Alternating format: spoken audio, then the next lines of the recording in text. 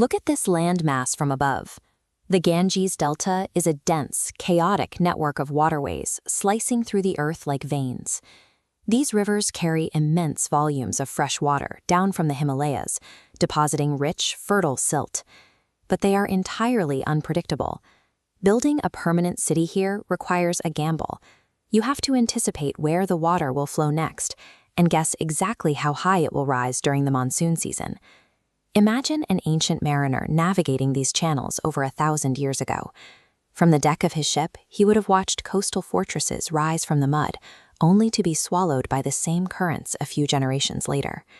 While emperors and sultans declared eternal rule, the lifespan of their capitals was entirely dictated by the shifting tides.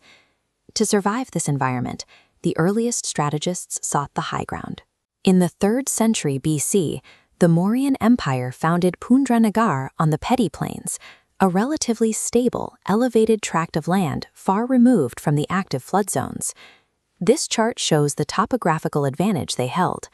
While the lower delta plains sit near sea level, vulnerable to every storm surge, Pundra was established on a plateau 36 meters high. That elevation provided a physical barrier against the crushing seasonal floods. Secure from the water, the city thrived. Artisans produced a smooth, emerald-tinted textile known as Pundra silk, drawing merchants from across the subcontinent. It rapidly grew into a major educational and religious hub for Buddhist and Jain scholars. Today, you can still trace the ambition of this ancient capital. These intricate brick foundations and massive stepped walls stretch across the grass, holding their ground centuries after the empire collapsed. Pundra succeeded because it refused to engage with the delta's volatility. It survived by staying as far above the water as possible, but isolation limits growth. As centuries passed, the promise of massive economic wealth pulled subsequent civilizations out of the highlands and directly onto the precarious coastal waterways.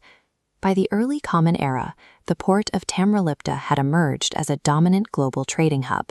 International pilgrims like the Chinese monk Fa Hin recorded their departures from its docks, setting sail across the Indian Ocean. The scale of operations here was massive. Merchants loaded thousands of war horses onto enormous trapeyaka ships, supplying military campaigns all the way across Southeast Asia. To feed this coastal leviathan, traders relied on the Adi Ganga, a paleo-distributary or an ancient free-flowing branch of the Ganges. This deep channel acted as a natural highway, funneling inland resources straight to the coast. By stepping down from the plateau and risking the unpredictable tides, Bengal's rulers integrated their local economy into the center of the ancient global market. Further inland, the geography created another unique opportunity at Tribeni. This map illustrates the precise point where 3 major rivers, the Bhagirathi, the Saraswati, and the Yamuna, collide to form a single confluence. This intersection served a dual purpose. It became a highly sacred bathing site for Hindu pilgrims, and simultaneously the vital economic hinterland that supported the neighboring Saptagram port. When Turco-Afghan rulers arrived in the 13th century, they recognized the site's value and anchored their own legacy here. They built the Zafar Khan Ghazi Mosque, placing a raised stone platform and grand tombs right at the water's edge. For a brief window in history, the rivers at Tribeni functioned in perfect harmony with the people, sustaining their commerce, their faith, and their empires.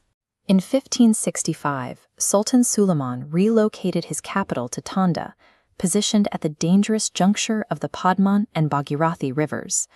Tanda sat in a Moribund Delta, the active channels choked with silt, causing water to violently carve out new, unpredictable paths. The geography gave way in 1826.